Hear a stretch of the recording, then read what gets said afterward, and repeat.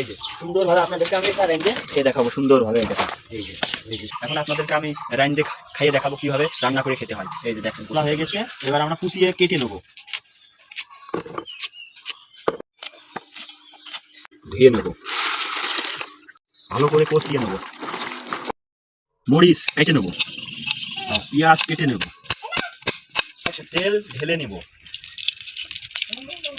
ঝাল পেঁয়াজ ঢেলে নিব, হলুদ লবণ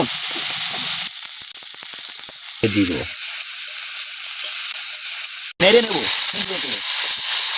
পানি ঢেলে নিব।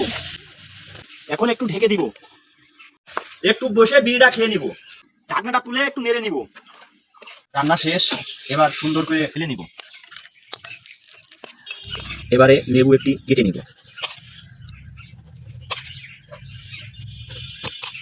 লেবু রস দিয়ে দেব, খেয়ে নিব।